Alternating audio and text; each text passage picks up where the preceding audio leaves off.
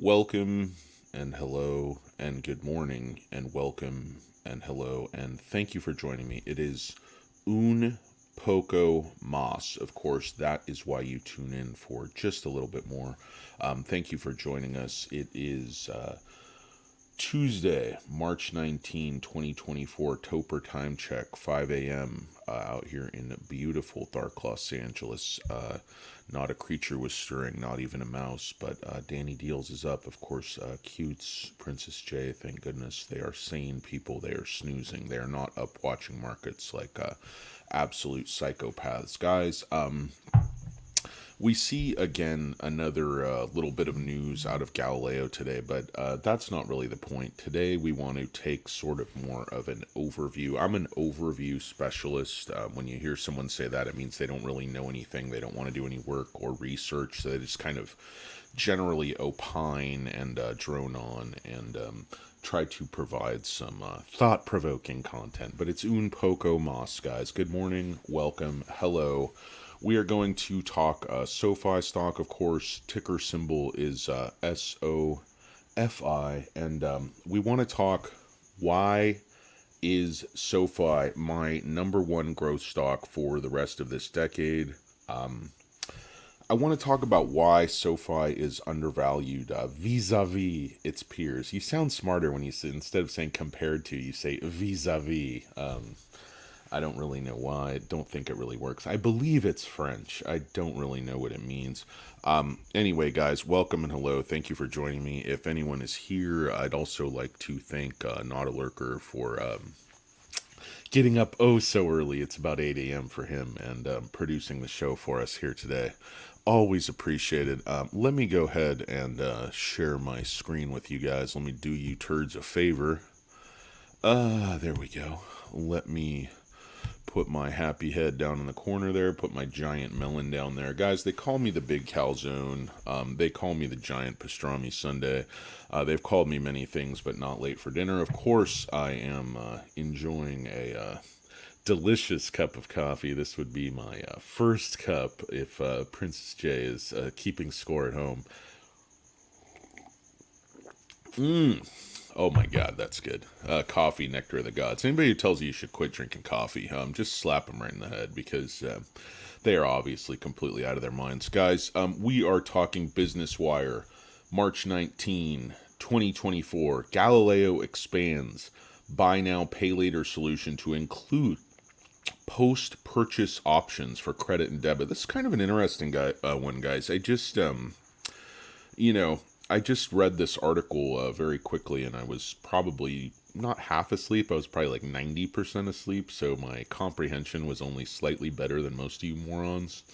But this is news that would have sent, a firm into some kind of 20-point gain, and analysts would have been tripping over their own tongues and ball sacks to get in front of a television camera and talk about how great this would be. But since it's SoFi, it'll probably either be, go down as a negative item or just completely ignored. But anyway, this is interesting because it's allowing SoFi's partners, credit card, debit card, to go ahead and offer a buy now, pay later option post-purchase. Which I haven't really heard about anyone else doing this. If you guys have, let me know down in the comments. Hello and welcome, by the way. Thank you for joining me this morning on Un Poco Mas on behalf of Hurricane Lopez, Stock Karen, J Money Not a Lurker. It's Danny Deals coming at ya. I don't want to gatcha, folks. Don't want to hurt anybody. Just want to drop a little knowledge on the SoFi tip, if you will, as you kids would say. Anyway, guys, good morning, welcome, and hello. This is exciting news. So, just give you the gist, just give you the nickel version here. In addition to Galileo Buy Now, Pay Later pre-purchase offering, the new API enabled. And this is really key, API enabled. This is how Galileo rolls out new features. This is why you want cutting edge. This is why you want a digital first platform. And this not only helps Galileo's customers, but also it helps SoFi. People really forget about that 80 to 100 million in cost savings. That Galileo Technesis purchase is going to save, SoFi every single year going forward. and also the fact that that SoFi can roll out options for its own members. A lot of us have been kind of caroning, as we're wont to do, about the lack of updates, coming into the SoFi app itself. I think Galileo's working a lot harder, at least right now, in terms of some of the external clients, because that's where they need to push. And I don't think the SoFi app is truly about cutting edge innovation in terms of products. I think the key with the SoFi app is it's very easy to use. It's very safe. There's a lot of hand holding in terms of the invest. Everything's integrated. Everything's simple. The SoFi app is not really for a power user. It's not really for, a trader. The SoFi app is for somebody who wants to intelligently invest, have everything in one place, have it be very simple, have it save them time, save them money without a lot of time and effort. It's not for us junkies who want to sift through every number, sift through every article. It's just sort of a more automated, user-friendly process, and that's okay, guys. That's okay. Be who you are. What's up, Alberto Birdie? I put that D's nuts graphic up in the tile for you, buddy. I know you're fond of saying D's nuts. That is my biological father, Alberto Birdie Avilés. I don't know. We got to talk, Papa. It's not been good. I think you're probably about 40 years younger than me. So, do not sub and like whatever Not a Lurker tells you. He's clinically insane. He's been adjudicated as such. He has watched 48 hours of Poco Moss on a loop, and I believe it took away his last shred of sanity. Can't wait to say I told you so. Oh, technical investor Wong. Two Wongs don't make a right, if you know what I mean. Oh, that's a horrible old joke. Not a Lurker, Dad. Not a Lurker.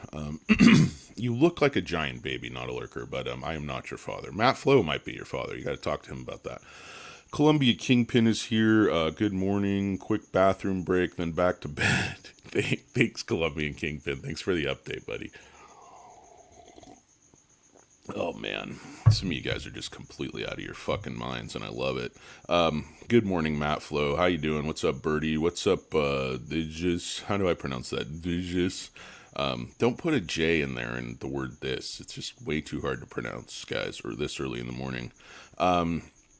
It's all your fault. The turd admiral, everybody's blaming everybody. Nobody knows why they're here. Nobody knows what the hell's going on. We got Arcs. Oysters is here. Lots of Z's in there. He likes, maybe he's sleeping. That's why he puts in so many Z's. Guys, if I fall asleep, just, have Not a Lurker just reach over and slap me in the head. He's in the booth. It's actually not on the East Coast. We've been able to lure him back with a compensation package generous in free disposable Bic razors and, male head shaving products. That was all he wanted. No retirement, no medical, no dental, just a lot of head shaving products. So Not a Lurker has his priorities in order. We really appreciate him. Good morning, M. Russo. Good morning, Late Like Tanner. Hey, listen, champion of excuses. I don't give a flyer. You can go watch some boring Canadian programming if you must. You can watch SCTV, you can watch the McKenzie Brothers, you can do what you gotta do. But no, I don't really consider 501 late, guys. If you know me in a meeting or work, 1 minute late is not late. You better thank your lucky stars I showed up at all, because frankly, you turds need me a lot more than I need you. You guys are a bunch of dummies, and that's indicated by they're churning this thing, guys. Why are they doing it? Are they covering? No, they're not covering. Are they accumulating? Maybe. They're shorting. They're collecting an absolute shit ton of options premium.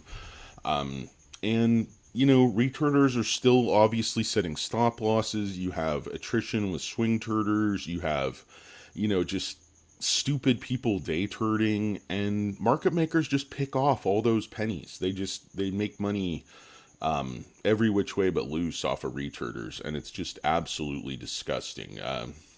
I wish retail would just, or a whale would just slam the door at $7. $7 is just way too low for this stock, as we're going to go over later. There's too many ways to expand. The margins are going to be too good on this business. That's what I was so kind of, I feel like a lot of the bears, they're way too smart for the arguments they make. I feel like they're intentionally missing the point. There's another article out in Seeking Alpha where they explicitly say, is like, well, in the absence of growth, this doesn't look very good. And I'm like, well, this is a company, even the bears are saying is going to grow at CAGR, around 20% for the next 5 years. So that's a very, very rapid growth rate. I personally think it's going to be more at least 25, possibly, high 20s in terms of the growth rate. I don't think the NBA deal is Anthony Noto's last trick. I don't think that was his encore. Like, the guy is absolutely on fire. As I said, if this buy now, pay later innovation, pardon me, my brain doesn't work very well early in the morning, or frankly at many other times, given my advanced age. They're looking for a retirement home for me now, folks. But basically, this news is like, it's just another feather in the cap for Galileo. It's something else they can offer their clients that no one else offers. And so basically, this new offering bridges the gap between cards and loans and allows banks and fintechs to establish and deepen customer relationships with innovative, flexible financing options for both credit and debit customers, said David Fuhrer, Chief Product Officer at Galileo. By expanding pay over time opportunities, post-purchase financing is ushering in a new era of responsible lending. So here's the key market differentiation. Fintechs can add value to their debit and credit programs with a flexible, transparent financing model. Entry point into lending. Galileo's post-purchase buy now, pay later service provides a streamlined path for fintechs that are currently only in the deposit space to enter the lending space. Incredible. It's allowing, their partners to expand, drives incremental revenue. Financial institutions and fintechs can tap into additional revenue through installment fees. Post-purchase buy now, pay later financing, previously exclusive to credit accounts, can be extended to debit accounts. Transparent payment terms. Unlike the traditional credit card interest, post-purchase buy now, pay later with installment fees gives consumers the benefit of seeing the total cost associated with each purchase before committing. This is what I kind of like. I often say that, buy now, pay later, Affirm, Upstart, some of these AI lending products, they're not even really lending products. They're just basically origination layoff products, just kind of originating loans basically and selling them off. They're small, sort of unreliable, consumer-oriented loans. I often say these products are for people who live in leaky trailer parks and finance Teslas and Peloton bikes. They're just like, I was seeing, they're bragging about, Affirm being available on, Walmart checkout at Walmart groceries, because, you want the kind of client as a lender who has to finance their groceries on installment payments. Guys, these are not the trash bags we're looking for at SoFi. But anyway, we're in the buy now, pay later space, and, Galileo's clients want it, and this is a great development. So I don't want to spend too much time. You guys can read about this, but it's just another feather in the cap of Galileo. And the thing I was reading about, I would encourage you, if you haven't, head over to Galileo's website and take a look at their leadership team, guys. When people say, we're not a legitimate, software company, it's not a legitimate software as a service, there should be no hybrid valuation, Galileo is just not hitting yet. Remember, they just did a complete, transition with Galileo, jettisoning a lot of little customers. This was telegraphed by management, completely in advance. I think everything is really, really on track with Galileo Technesis. Yes, they had to take a write down on Technesis. A lot of people think they overpaid for that one, but that's okay, guys. When you've got, when you're a young growing company, you're making acquisitions, a lot of times you're not really, pinching pennies. You're just trying to make the right moves that strategically make sense for you. In terms of your growth trajectory, let me enjoy a little bit more of that delicious coffee, guys. Yesterday, the stock up 5 cents or 0.71%. Of course, getting kicked right in the balls again. Pardon me, in the pre-market. everything's red, guys. NASDAQ futures. Obviously, people are not looking forward to the Fed meeting here. I guess it's tomorrow, I believe. But as far as SoFi specific news, there's really no bad news. Again, we have a good headline coming out over the Business Wire that's going to get ignored or sold off, because that's all that happens to SoFi upon good news. You had that gap net profit. I thought that was going to bring some institutions into the stock, which it did, but it certainly didn't send the stock higher. Just actually led to more shorting. So I'm just going to try to go quickly over this, because I want to go over sort of what I think are some SoFi specific advantages that are really sort of either overlooked or painted as negatives. And we'll get into that, but I just want to quickly drone on a bit and go through these stupid websites. So a lot of people think SoFi has broken support, guys, and everything's just crashing. I keep hearing people, okay, now it's going to 3, I'll buy at 250. Listen, Crank Yanker. Listen, Frank Rizzo. Open your fucking ears, jackass. You're not buying at 3. I was buying in the 4s, and you missed out. Because here's the thing, guys. Life is a risk-reward profile. When there is maximum fear, and SoFi is at 460 or whatever the hell it's at, Danny Deals is buying with both hands, and that's what you have to do in this game, guys. Maximum fear, you have to buy. You have to just take that fear and thrive on it. You have to understand that fear is your profit center. That fear is what is causing somebody weaker than you to dump to you at the bottom. Don't be that guy. Be the hunter. Be the hunter who buys the fear. And right now, I think, something in the 6s on SoFi is an absolute gift. I mean, I personally think this stock, if it were not for the shorts, if it were not for the mechanics, if this was just getting a reasonable growth stock valuation based on reality, the stock should be trading somewhere in the $12 to $14 range. I'm not really mad at the analysts right now who have... I'm not even mad at the analysts, honestly, who have 850 price targets. I think 650 is quite a stretch if you get into like the, KBW, Morgan Fudley, if you get into these areas. But, the more credible analysts that aren't trying to push price action, they're basically anywhere from 8 to 14. So I don't really have a problem with that range. I'm more 12 to 14. I just feel that the growth is extremely underestimated. Again, I don't think the NBA is Noto's last deal. He's obviously a deal maker. He's a good deal maker. What we saw happen to the short interest after this senior convertible note deal is quite fascinating. But again, I jump around like a hamster on crack, and my apologies for that, guys. But if you look at this green line, you'll see this thing was support, was resistance, not just here, guys, but going all the way back out here before this pump on, August 1st, July 31st, 2023, all the way back right here after this insane run. This line was the resistance line.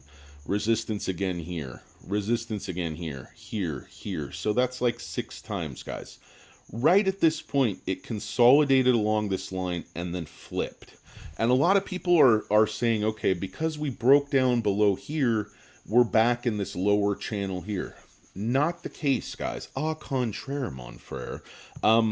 I believe this is actually holding, and this is with just incredible levels of shorting and borrowing on the stock. And, it's really up to you what you want to think about this, but I'm trying to find some fundamental weakness that caused these massive gaps down 3 times, but you don't see it, guys. You see this testing basically to the high side on the pump once, twice, 3 times. So you've seen 3 tests.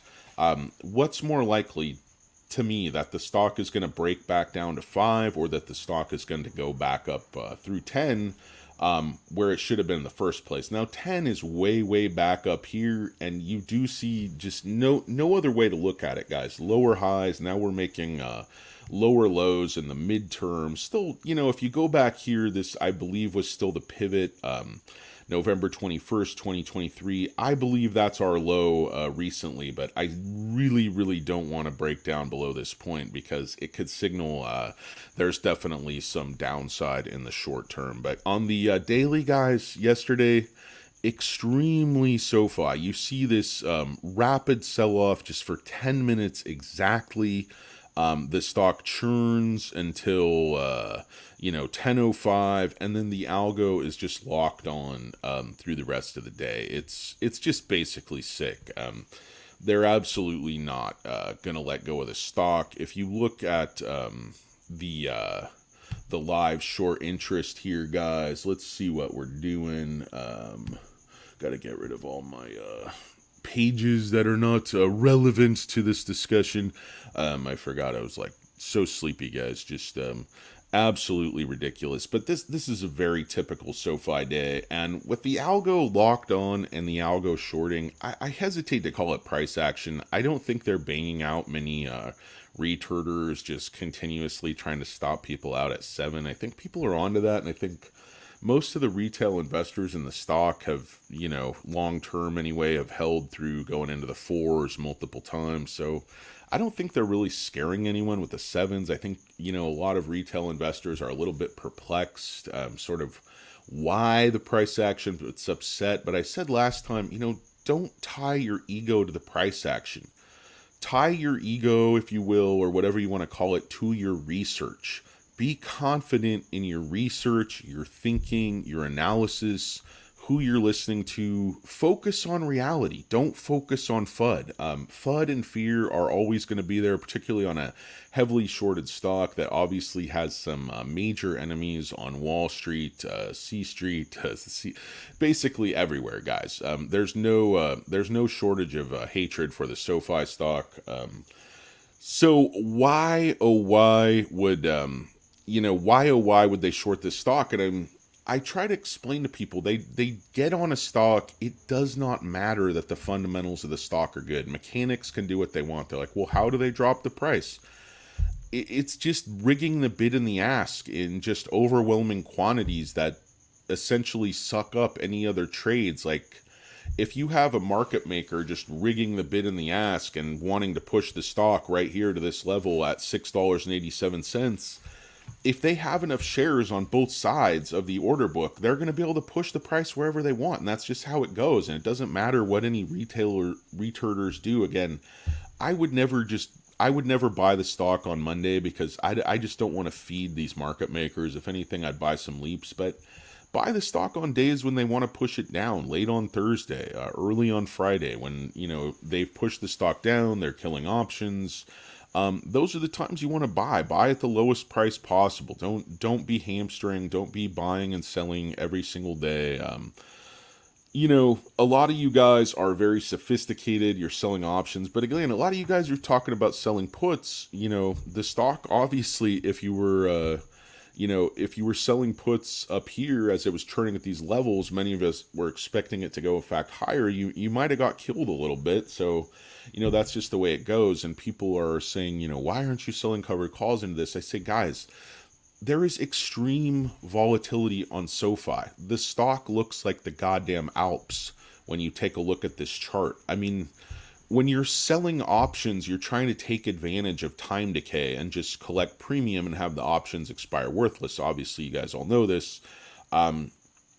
So my point is, this is not for me around earnings, around this extreme shorting, extreme volatility. I believe anytime there's a big pump on this stock, because there's no fundamental weakness, there's going to be, anytime there's a big dump, there's going to be a corresponding big pump. You see that, the stock tends to go down very, very abruptly and then tends to rally a little bit less steep on a curve. But to me, there's just much better stocks that I own right now that are experiencing much less volatility that I'd rather sell covered calls on. I'd rather just kind of let this whole post net profit, post earnings. I think people are going to be surprised. It's going to be another outstanding quarter. People are expecting, horrible weakness in Q1, SoFi to absolutely fall apart, higher for longer, Fed not cutting, drown the baby in the bathwater. Perfect opportunity to attack the SoFi stock. But I just see strength on top of strength on top of strength, good news on top of good news. We see what's the key, guys. We know SoFi Bank is humming along. You know that they're going to keep getting direct deposits, those sticky, icky direct deposits that Anthony Noto likes to talk about, Chris LaPointe likes to talk about. Basically, it causes their cost of funding loans to come way down. We all know this. Gives them an extra 2 points. They don't have to use credit facilities, which are much more expensive. And this all goes right to the bottom line. What do I see, guys, when I look at SoFi? Why do I like SoFi so much for the rest of the decade? It's cost savings, cost savings, cost savings. This is something that was so disingenuous in that Gary Turd's article, Seeking Alpha, where he moved from a strong sell. His new article was just a sell. But this new article, you know, he pretends not to understand different, very simple concepts, even though he has decades in the industry. He's like, huh? What's that? What's a write-down? Huh? What's an uncategorized expense? I don't get it. He's like, he doesn't acknowledge that at the divisions he's talking about, those uncategorized expenses are basically in their infancy. They're brand new. So there would be a lot of, crossing over. And then SoFi is one of these companies where, you know, their customer service functions, a lot of their function, accounting, these are going to go across all their business segments. So it might not, be anything nefarious in how SoFi is doing their accounting. It seems fairly straightforward. A lot of people say it's very, very opaque. There's things buried on page, blah, blah, blah. But if you're a professional stock analyst, and this is your job and you have decades of experience, you should be able to kind of suss these things out. I think the good analysts that actually do analysis, like Jeffries, like some of these other guys, Citibank, the analysts that are actually professionals, they don't have any trouble understanding the numbers. It's always the bears who say, everything's so confusing. The bulls, the bullish analysts, those who understand the company, seem to get it. They seem to get the vision. They seem to get the numbers. They seem to get the growth. It's all very, very clear. Whenever you hear the bears, they make an extremely muddy argument that is completely FUD-based. They never take a look at the numbers. It's always speculation going forward. That's completely impossible to refute.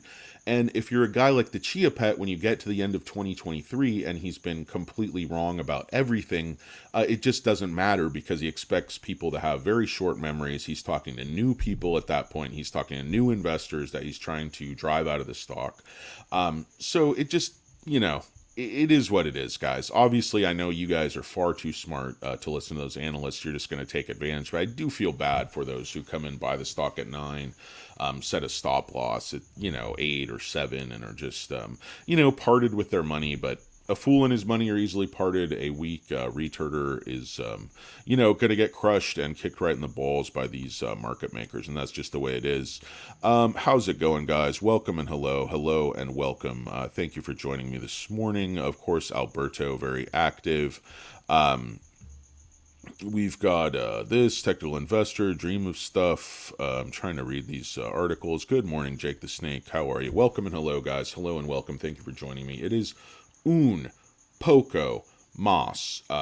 You have the, I'm sorry if I can't think this morning, guys. It's 5:30 a.m. out here in beautiful sunny Los Angeles at Topper time check. It's March 19, 2024. Hope you guys had a good St. Patty's Day. Hopefully you guys are having a good week. It's a Tuesday. We're not even to hump day yet, guys. We're not even to hump day. Put on your big boy pants. It's another week. You got 4 more days of work, you lazy turds. But anyway, guys, I know I'm rambling. What else is new? I'm very, very tired. I've only had 1 cup of coffee. That's delicious. Not really. It's kind of cold, kind of gross. So I'm going to go over a couple of more things, and then I just want to talk about some of SoFi's peers. I'm just talking about why this is my number 1 growth stock. There's other great companies out there. People, as far as fintechs, people have been talking a lot about PayPal. I don't think that opportunity is anywhere as near as rich as SoFi. Even Steve Areno on Future Investing or SoFi Weekly was talking about PayPal. He's like, frankly, SoFi is much more likely to 10x, but PayPal's just a lot safer bet. So that's fair. I want to talk about new Affirm, Upstart, Palantir, even maybe Tesla, DraftKings, Robinhood. Why I think SoFi is just the best investment by far of the bunch. We're going to talk about why business banking is a critical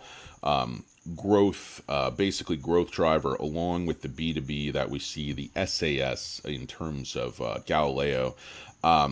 There's a huge existing market, but huge room for expansion in terms of business banking, international, new products, new services from Galileo, things we haven't even talked about yet. I want to talk about the critical thing with this business model. The key to SoFi is the margins they're going to be able to achieve. Noto and LaPointe have been hinting at that, 30% gross margin is just the beginning. They're already basically to the EBITDA margins that they've talked about. But the marginal profit, guys, is where SoFi is going to be able to shine, because this is the completely disingenuous part of this SL investing. If you see this article that's out in Seeking Alpha yesterday, SoFi Technologies pessimism is justified. This is SL Investments. This guy's basically one of these morons who just churns out garbage. But this is a very, just another very lazy hit piece article. But if you see this guy, like, he's another one of these guys that when SoFi was the flavor of the month, all through like 2022 into mid 2023, he's assigning buy ratings to the stock. And then all of a sudden, right here where they did this sort of short attack at that earnings report end of July, he became mystically bearish. He's one of these guys, I think, just sticks his finger in the air, sees which way the wind is blowing, and then makes those calls. But, it's basically, he's a market chaser. I don't know. If you read this article, you'd have very little respect for his analysis, but it comes down to the same thing. My previous article, I had a sell rating on SoFi, Article 1, Article 2, doesn't go back to the fact that he had like 5 buy ratings on the stock prior to that. It's astonishing to me. You can see this company at less than $1 billion in sales. You can see all the pressure with student loans. You can see basically existential threats to the business, and you're wondering, how is management going to deal with it? Are they going to come through? And you're a buy on the stock at that point with all that uncertainty. A lot of these, completely just dishonest hack sacks of shit like the Chia Pet, they were calling for a buy on the stock when it was like on the, coming down off the pump, $12, $13. That was a buy, when the company was much more risky. It's been heavily de-risked. Management's proven themselves. The company's proven themselves. The business model is definitely starting to prove itself. But now you're a sell and $3, and before you're a buy $13. So a lot of this stuff just makes absolutely no sense.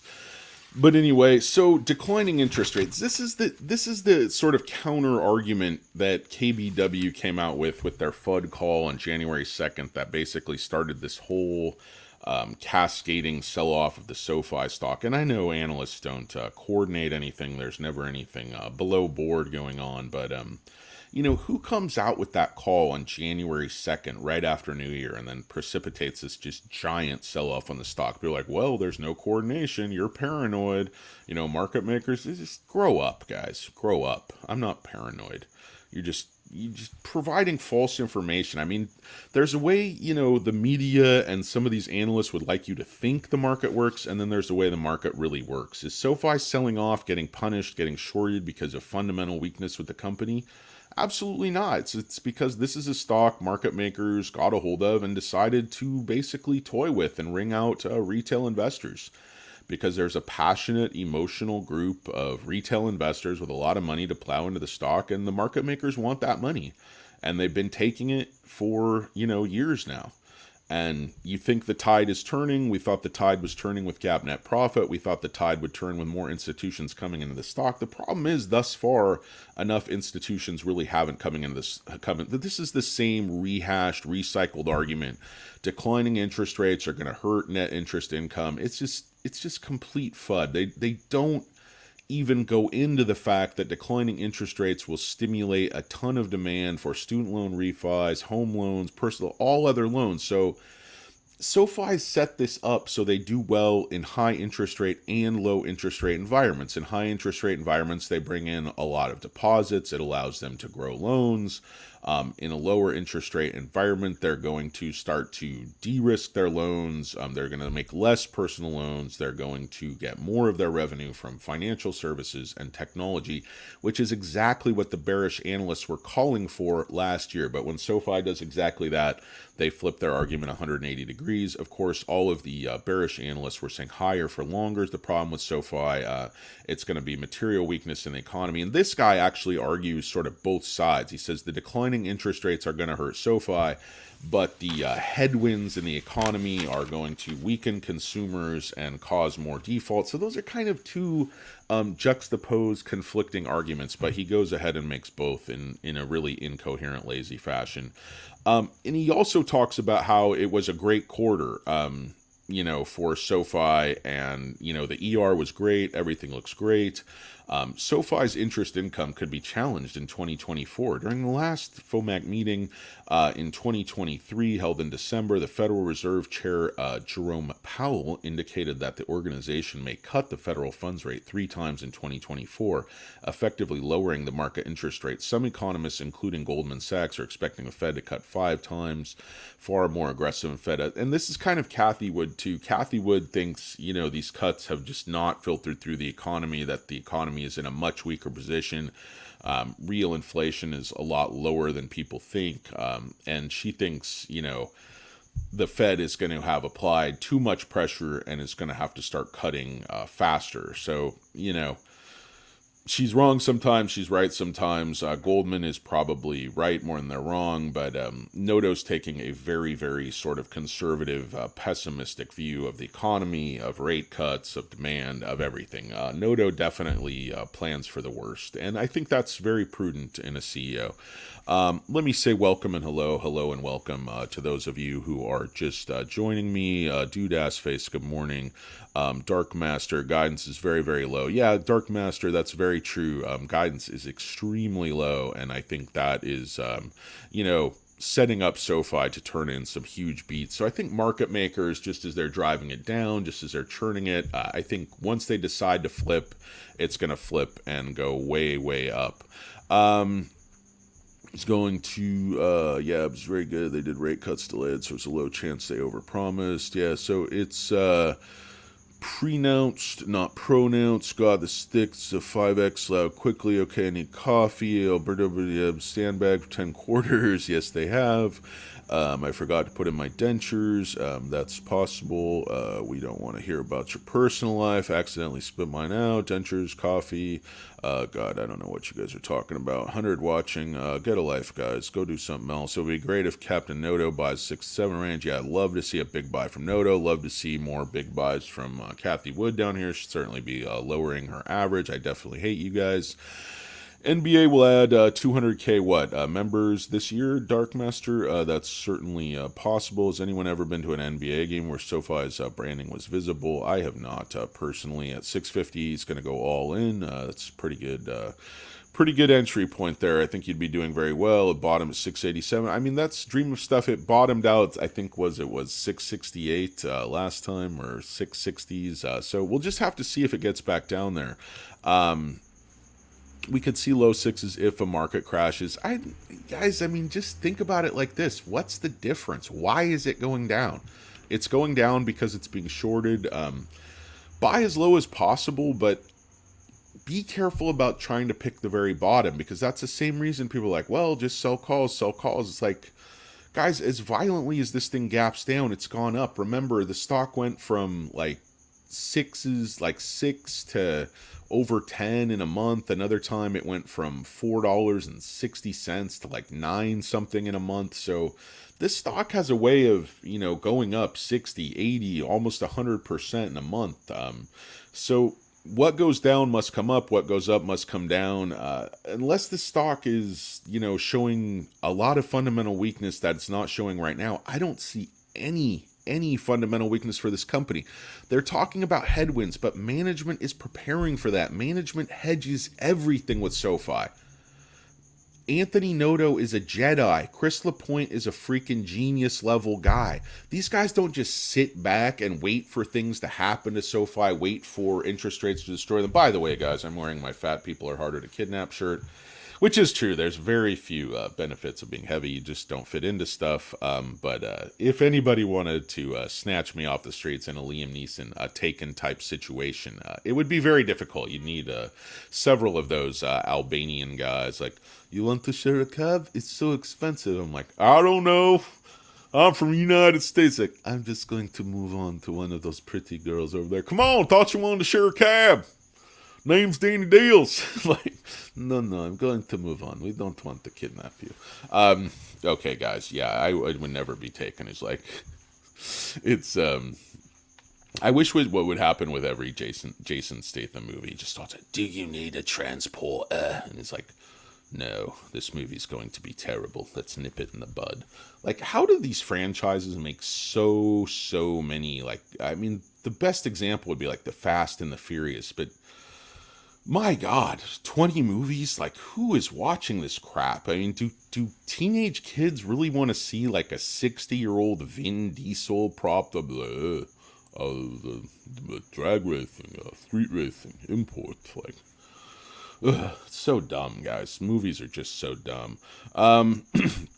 Housing starts and building permits bounce back more than expected in February. I don't know if that's good news. That's breaking news. Let's see if there's anything over in Yahoo Finance regarding that.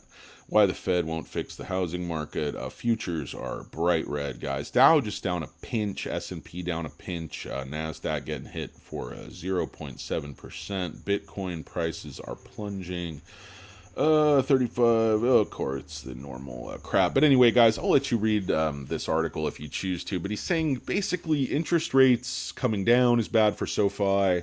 Consumer financial health is bad for SoFi. It's just the old stuff. There's going to be a lot of defaults. JP Morgan seeing rising defaults. So management team's view, SoFi reported a stellar 2023 Q4 earnings report. Everything from top to bottom line were strong. Revenue grew 35% year on year. Company reached GAAP profitability. We know all that.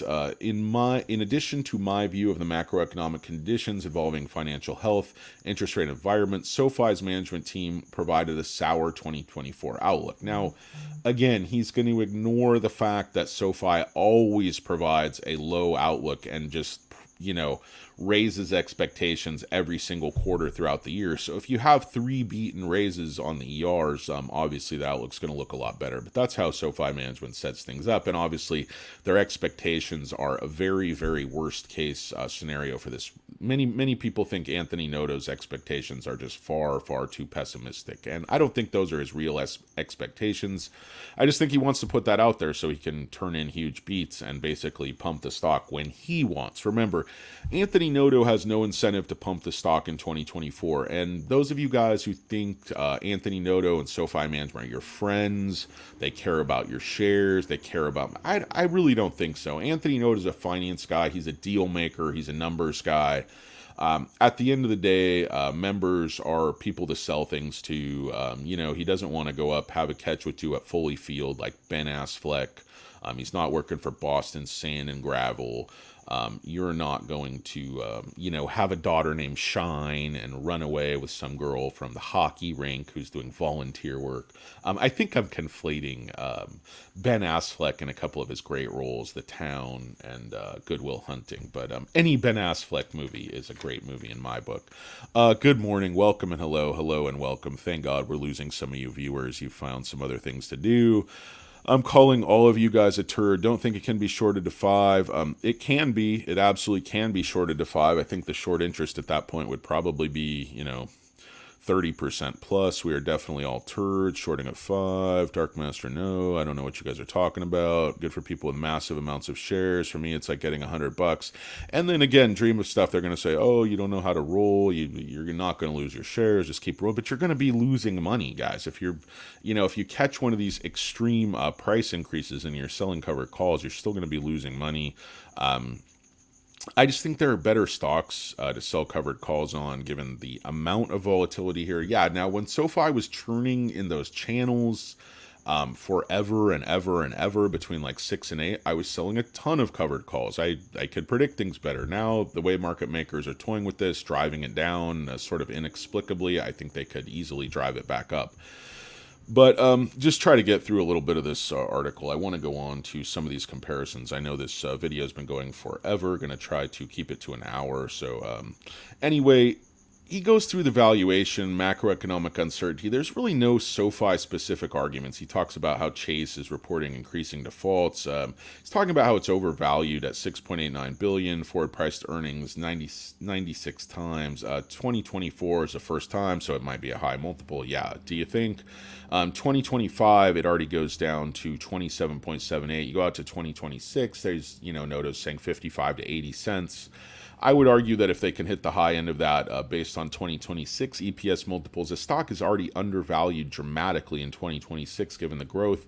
You push it out toward the end of the decade, even at 20% CAGR, I think SoFi is vastly undervalued. 25%, it starts to be absurdly undervalued. And if growth is more 30%, which, pardon me, I think is extremely possible, I think it's undervalued at least by a factor of 2. And that's why I think SoFi is worth 12 to 14 bucks right now. I'm more at 14, but again, like Dolev, like so many others, they chase price action. You don't want to be one of those outliers that's saying a stock is worth 2x, even though you really think it is. For the current valuation to be responsible, investors could expect value appreciation at absolute minimum. 2025 forward priced earnings multiple should be undervalued, leaving room for valuation. This is just again, these guys pretend not to understand the valuation models people have always used for growth stocks. This is not a stock growing at, the single digits. This is a stock growing right now 34%, and I expect beats and raises. I think this pessimism is completely overdone from management. Yes, we could see, the economy fall apart, go into recession. It'd be very, very bad for SoFi. You could also start to see, more of that soft landing scenario. Yes, inflation has been sticky, guys, but remember, inflation was all the way up like 6%. They've already knocked it way, way down. Just because it's not, 2%, it doesn't mean the sky's falling. There's other issues they have to balance. It's not just inflation. You also don't want to destroy jobs, destroy the economy. The economy is absolutely humming, and inflation is not that high historically. A lot of this is FUD. A lot of this is overdone. The economy's fine, particularly SoFi customers. I don't believe SoFi customers are losing their jobs en masse. A lot of the SoFi personal loan customers have extremely high credit scores, extremely good jobs. I don't think defaults are going to hit them as hard as a lot of these other banks. Even JP Morgan, they do not have the lending standards SoFi has, and SoFi tightens their lending standards, makes less loans, as a lot of these bearish analysts wanted them to.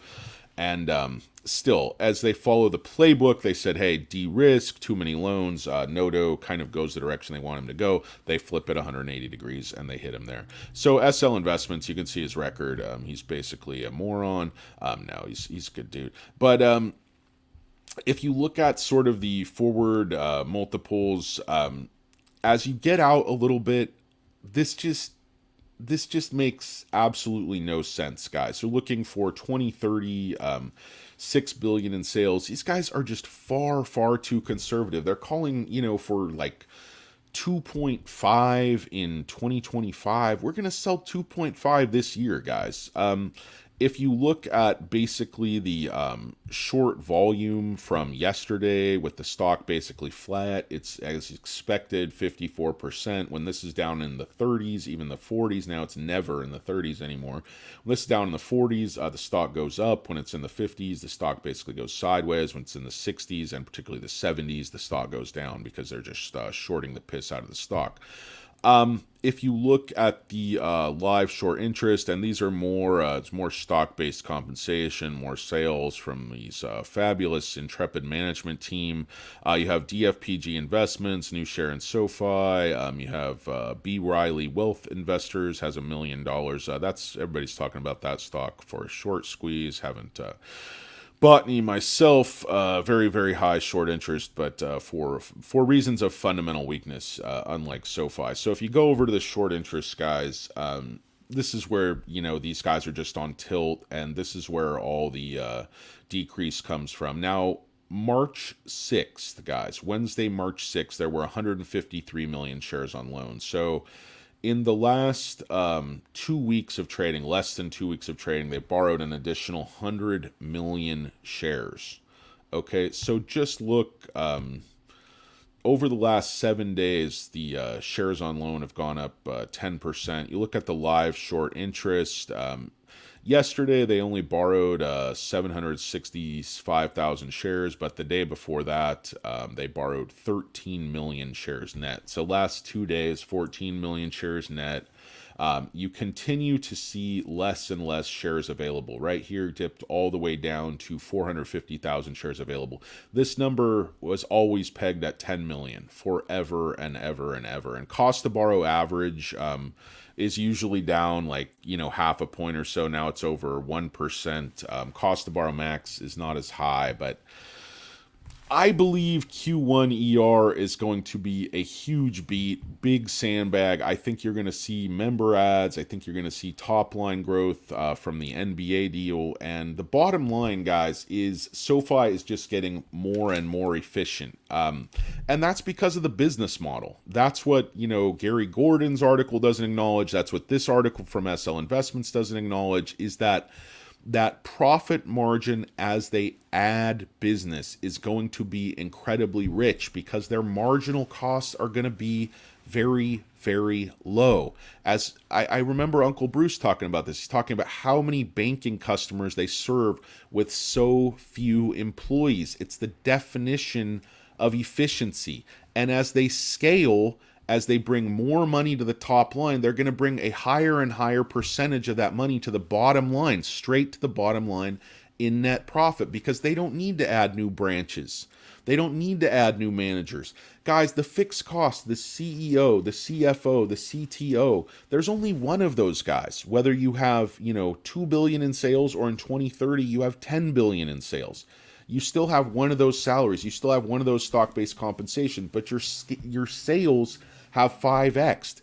So you have much more of that money falling down to the bottom line with this digital model. It's not a chase where you have to add more branches, more tellers, more middle managers, more regional managers. SoFi, you're all digital. This is the key. And these guys pretend not to understand that. They pretend not to understand the business model. They pretend not to understand the growth to sell the FUD.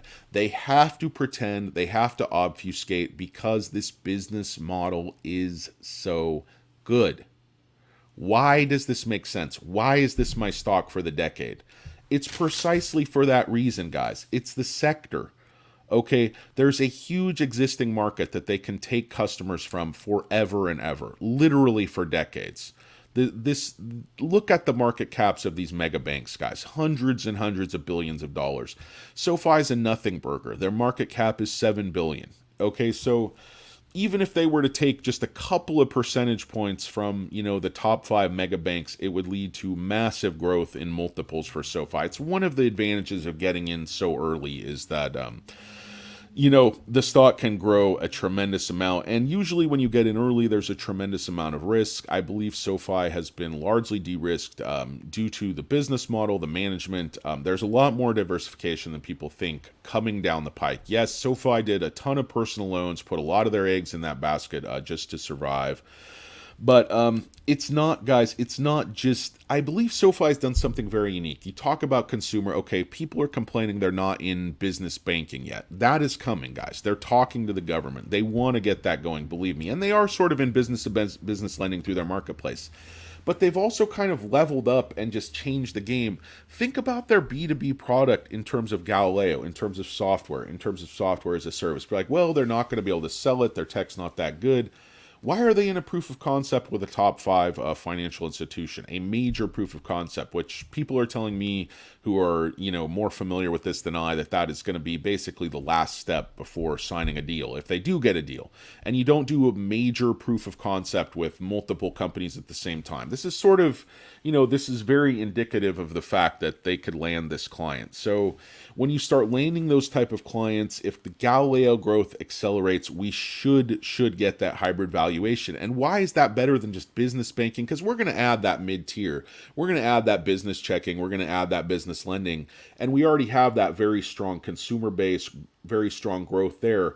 But the key, guys, the key to the valuation is that software. Why is Cathie Wood buying this stock hand over fist at levels $1 higher than it is right now? It's because she knows Noto. She's known Noto forever. Noto has explained the disruption. He's explained the business model. He put forth a vision 6 years ago to the board, and he said, we want to be the one-stop shop. And this is what differentiates Sofi, from so many of their peers in the fintech space, in the banking space, in the software space. I just believe they're a very unique company. And some of these other companies, I just believe they're a little bit undervalued because of the buzz, because of the froth. There's so much buzz right now around AI, around fintech. SoFi just seems a little bit boring by comparison. People are like, oh, it's a student loan, it's a bank. How many of these other companies can you think about being your financial home? I don't think anybody thinks about a firm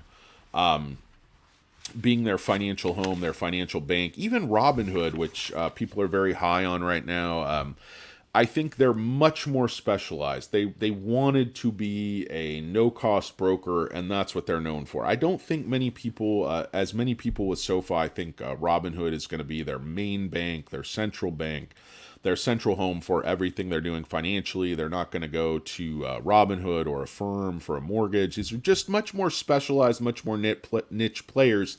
That's why I think they have a shorter lifespan, a shorter shelf life than SoFi, and they are not my stock for the rest of the decade. Guys, Affirm, because they got, a deal with Amazon, basically the stock went completely insane. I don't think they're going to get any margins out of that deal. I don't think Amazon's going to give it to them.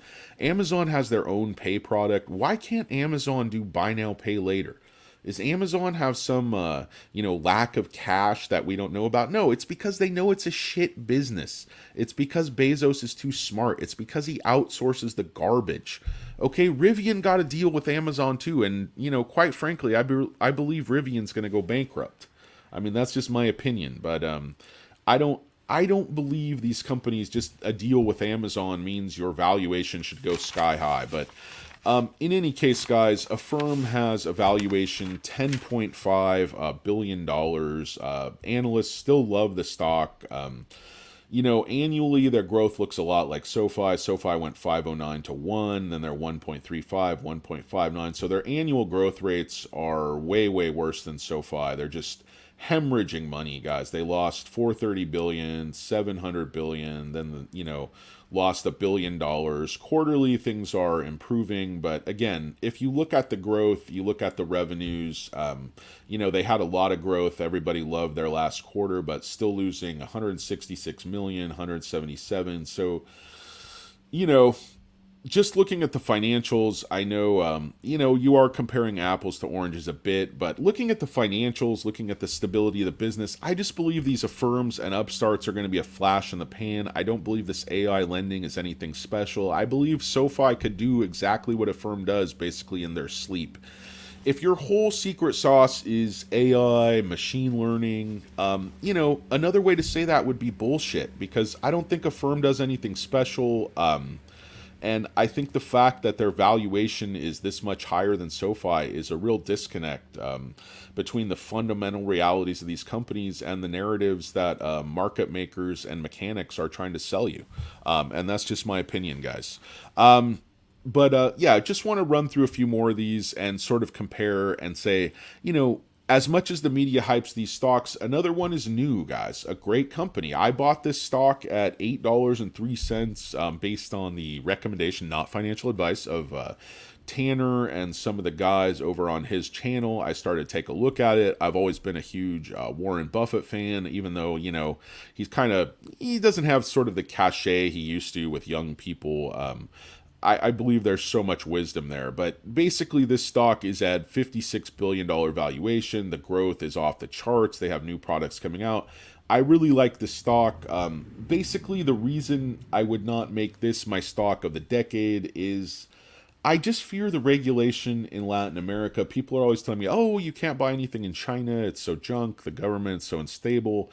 Guys, I would argue the government in China and the money supply in China is far more stable than it is in Latin America. I know Brazil's relatively stable, but they're not going to be able to sustain these growth rates. It's just crazy. I mean, they're making a lot of money. Their margins are insane.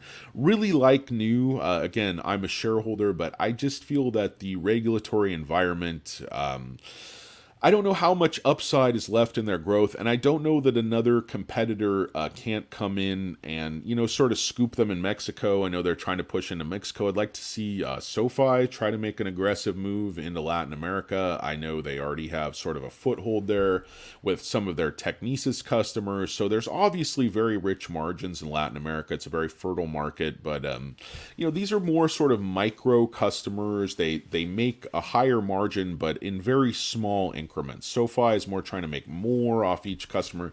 Apples to oranges company. I believe long-term SoFi is going to offer far more stability, both in terms of their customer base, their product base, the regulatory environment in America versus in Latin America. But I also think New is an excellent company. I have, probably 20 times more SoFi stock than I do New stock. But I just look at these valuations that they're getting for their growth at 56 billion. Is this company worth 8 times more than SoFi based on the numbers? It's possible to think about it that way, but I think if you look at the totality of the circumstances, personally, I'd rather buy SoFi. Toast is another, very hot stock. Everybody talks about Toast. This is one of the, it's a management software for restaurants. This is the software as a service. They make money processing credit cards, so there's very good margins. Kathy Wood's buying this stock. It's a 13 billion valuation in terms of quarterly. They're selling about $1 billion a quarter, but the growth has really stalled, guys. Last 3 quarters, no growth. They're not making money. The annual growth rate is looking very similar to SoFi in terms of the trajectory annually, but they are up to almost $4 billion in sales on no profit. So it's a good valuation. The problem with this space, to me, this is kind of similar to the upstarts and the Affirms, is that somebody else will just come in and do this better. These types of companies, if you've been in the restaurant space, there's always a new flavor of the month in terms of these payment processor, software management. I just don't think Toast is going to have staying power. I don't think these margins are going to hold up. If what you do is basically, sell something to restaurants, I believe somebody else can come in and scoop you. I don't think it's that hard to build. I think what SoFi is doing is just far more unique, far more substantial. If you look at a core function like banking and lending, those have been around forever. They're not going anywhere. Something like a buy now, pay later, these installment loans, they're always going to be reinvented. There's always going to be a new competitor knocking at the door. Chase, Bank of America, some of these mortgage giants, they're just not going anywhere. Those businesses are going to be basically the same as they were last month, last year, last decade. And that's what SoFi is setting themselves up to do, is win in a traditional space, but do so in an innovative way where they make much higher margins and much more money. I think it's absolutely brilliant. And I would like to raise a toast to SoFi, and I would like to say boo to Toast, because I'm just not buying Toast. I just don't like the stock. I don't like things that are trendy. I don't like those felt safari hats that women are wearing. They just really annoy me. Like, what are you going on fucking safari? It's like when women were with those big water bottles, those big Stanley water bottles. Like, if you don't drink, 12 ounces of water every fucking 5 minutes, you're going to die of dehydration. Like, I'm taking a 5-minute walk from my car to my Pilates class. It's like 8 feet. I need to drink 65 ounces of water. Like, you're waterlogged, people. Your stupid safari hat and your big bottle of water, and just bounce. I've had it. Tanner and the guys love Robinhood. Everybody loves Robinhood right now. Market cap. Oh God, we're losing viewers. I got to end this video. It's been about 15 hours. I got to get to work.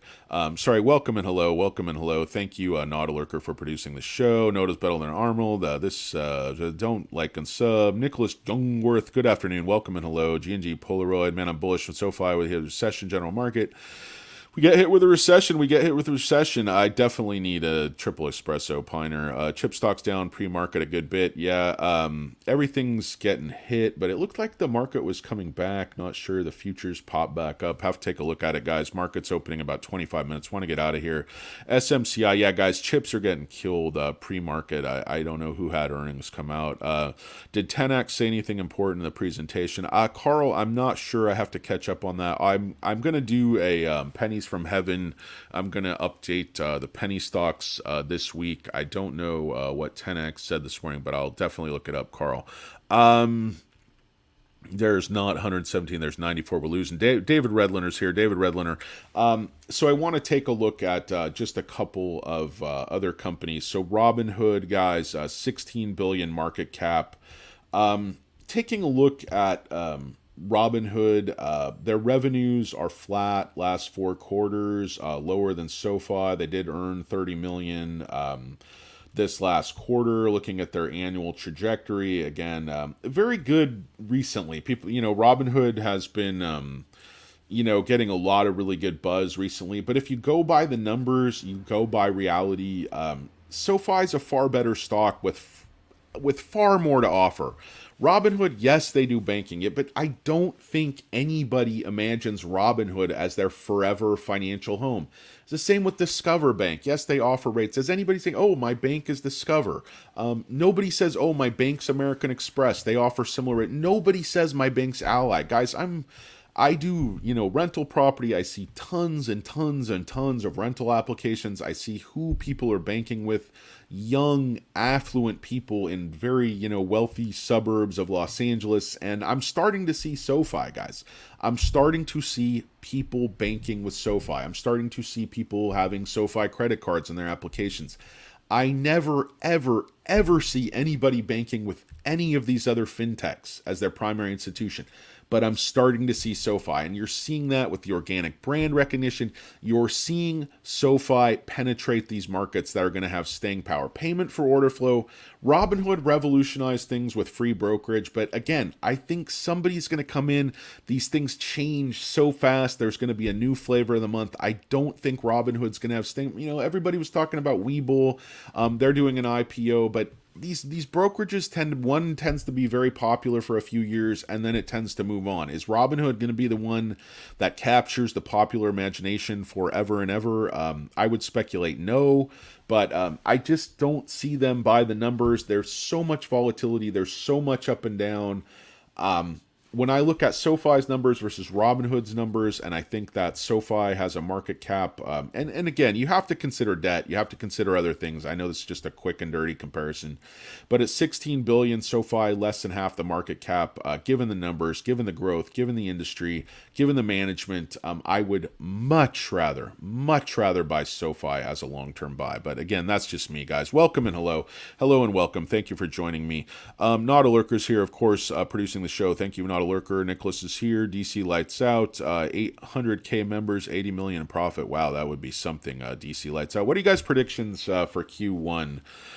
I like it. I like 3 cents top end of analyst expectations. Trust Noto, definitely agree. Lee Armstrong, how are you? Good to see you. He does not lurk. He is right in your face.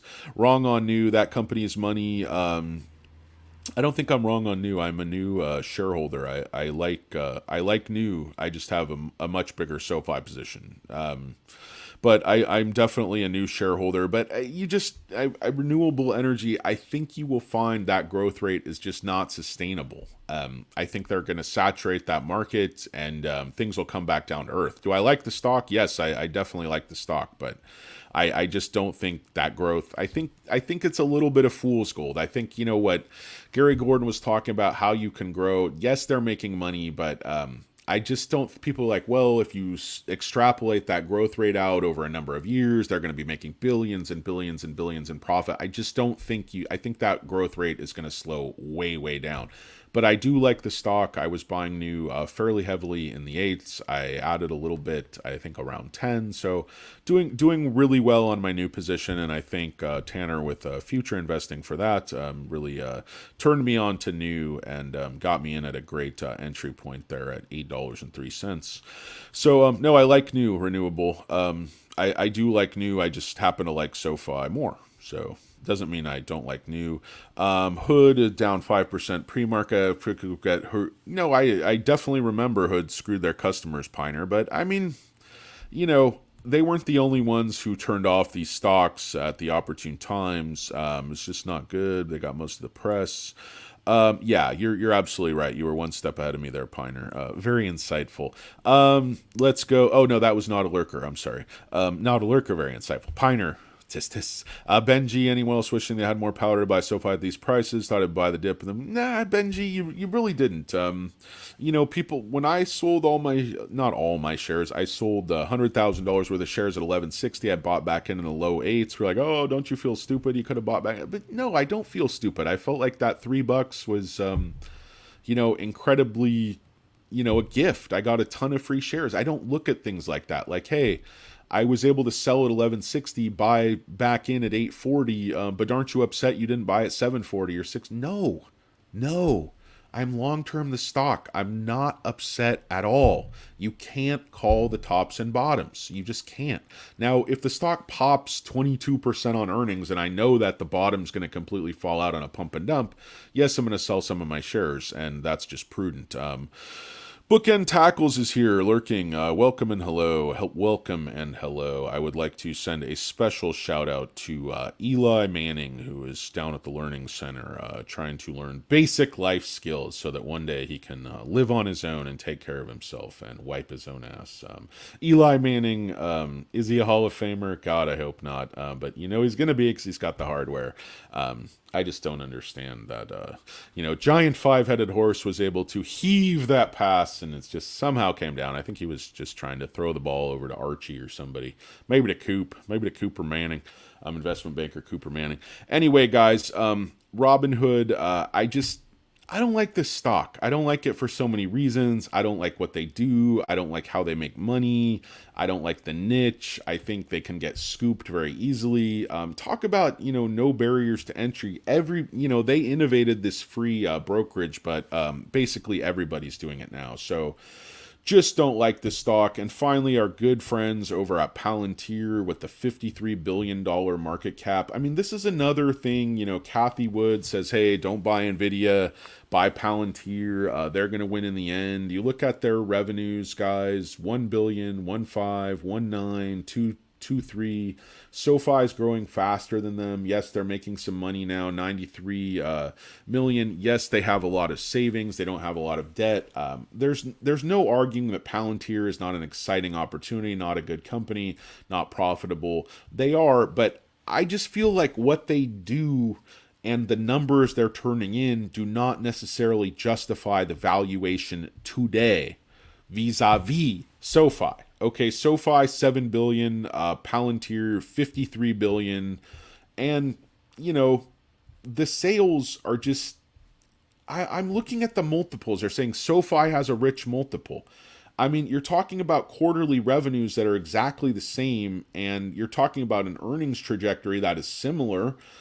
They're ahead of SoFi in terms of earnings, but I think SoFi is going to be just right on their heels to have a market cap 8 times that much just because it's AI, it's machine learning, and of course people are, that goes into margins, but I think Palantir actually needs a huge footprint worldwide to do what they're going to do in the government space. And it's a very sales intensive in the consumer space, not the consumer space, but sort of that B2B, not the government space, but the private sector space. They're having to send out a ton of salespeople. They're having to educate the market. It's going to be very capital intensive for a few years. Yes, 5 to 10 years down the road, I think Palantir could be a huge winner, grow into this valuation even more, be that winner that Kathy Wood thinks it is. But right now, at these prices, I would much, much rather buy SoFi. Palantir, a lot of these stocks are a little bit frothy. SoFi has just been absolutely destroyed for no particular reason, and that's when I like to buy stocks, guys. I thought this would go over $10 at earnings, but obviously the street wants more proof. The street doesn't believe it. The street thinks it's fake. Does the street really believe this stuff? No, absolutely not. But this is the narrative they have to create. Push the stock down, make money shorting, make money on premium, and then I believe market makers are going to flip long term. Max Pain this week, guys, $7.50. You see a ton of volume on puts yesterday. You see a ton of contracts opening up there, $6.50. You see the calls coming in at 7 and then 7.50. So options are not looking really good. Last week finished 50 cents below max pain, so if that's any indication, it'll probably hug $7 again. They want to push up on Monday. There was just not much of a push up. It looks like they're going to kill these options again all week. It's 1 to 2 more weeks. I think the stock will move up ahead of the ER. I think market makers have seen enough of Noto to know that he sandbags everything, and that this ER is going to include some top-line growth, some buzz from that NBA deal. Don't think we're going to see any major effects of it in Q1, but I think Q2 and onward, we definitely will. Yeah, Peyton over Eli, 100%, definitely Benji. Plus, Peyton Manning, I just like Peyton in those pizza commercials. I'm a big pizza guy, and I like how he wear that helmet so tight, to have those indentations. I like the Mannings. To get rid of Robin Hood, not a lurker. Beach Boy keeps throwing in a wrench in your operation. Not a huge not a lurker fan. Beach Boy, a little tension there with not a lurker. True dat. Eli made it happen in the playoffs. One where, yeah, no, very, very true. The guy's, I'm just a bitter turd because I'm a Raider fan, but the guy, he won scoreboard. That's it. So that's what matters. Currently valued good companies. Yeah, good companies. You're absolutely right, Piner. Again, and I think Palantir is a good company. I think New is an excellent company. No real problem with Toast as a company. I just don't like their valuations as much as I like SoFi right now. That's why I'm buying SoFi. I was not telling anyone to buy SoFi over 10. I definitely wasn't telling anybody to buy SoFi at 11.60 or 24. But at 5, I was saying buy hand over fist. With everything they've accomplished right now at 7, I think it's a strong buy. I really think the stock's worth $12 to $14 today. And there are models that's like when Morningstar runs a fair value on SoFi, they're getting to like $15. And these are people who know. These are analysts doing real work. The analysts from Jeffries, the analysts from, Andrew Jeffrey from Truist, John Hecht with Jeffries. These are guys who are doing real work. Dan Dolev doing extreme amount of real work on the stock. The guys that are just kind of throwing away things. I mean, even Kevin Barker, their analysis for 2025 EPS went up by 5 cents, yet he trimmed the lawnmower man. This smug little turd trimmed on, and that's okay, guys. When they're creating maximum FUD, that's what their bosses tell them to do, and that's what they do. But some of these really strong analysts, Ashwin, Mark Davies, DeVries from Deutsche Bank, these top guys, anywhere 10, 11, 12, even 14. So, you got to kind of throw it. I think the 650 guys are the extreme bears, and I think the 3s and the 4s are just, again, the clown car guys. But, guys, it's the SoFi stock. Its ticker symbol is SOFI. Sorry about that long, rambling diatribe this morning. I appreciate you guys joining me. What are we doing pre-market, guys? Down a big 13 cents or 1.84%. Is it going to pump a little bit at open? Are they going to dump at open? Are they going to shoot for 650? Are they content at 7? What are they going to do? Is anybody going to come in and buy? What is the Fed going to say tomorrow? So many questions, very few answers, but that's why you love Poco Moss. You definitely don't get any answers, don't get any entertainment, but thank you for joining me on this special early morning edition. We'll see if we can actually work out a schedule to get you guys involved, and next time I will try to get up a little bit earlier so I actually have more coffee beforehand and I'm slightly coherent. But remember, guys, this is Danny Deals telling you that fat people are harder to kidnap, and this is not financial advice, but go ahead and buy SoFi. Buy SoFi. Buy it on Thursday. Buy it on Friday when market makers want to drive it down and kill options. Don't necessarily buy it today, but you got to do you guys. It's not financial advice. It is, after all, Un poco mas. Thank you for joining me. Peace. I'm out.